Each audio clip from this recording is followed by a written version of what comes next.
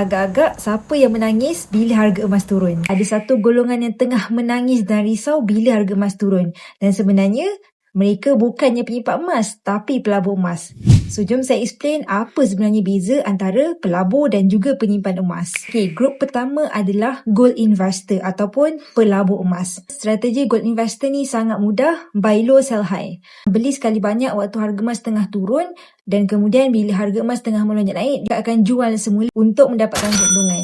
Bila berlaku situasi macam minggu ni, Presiden Trump mengumumkan kaedah faedah naik, time tu barulah diorang jatuh terduduk. Sebab nak kau keuntungan tapi tak sempat. Tapi beza dengan golongan gold saver iaitu penyimpan emas.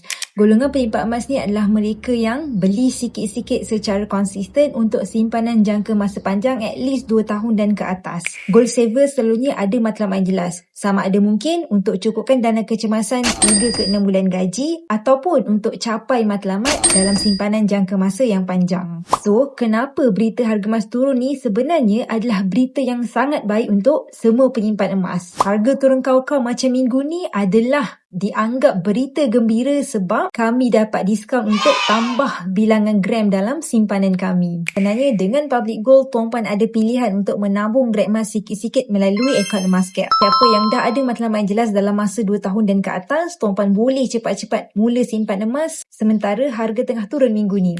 Cepat komen emas di bawah dan jangan lupa follow saya untuk more konten ilmu emas dan kewangan.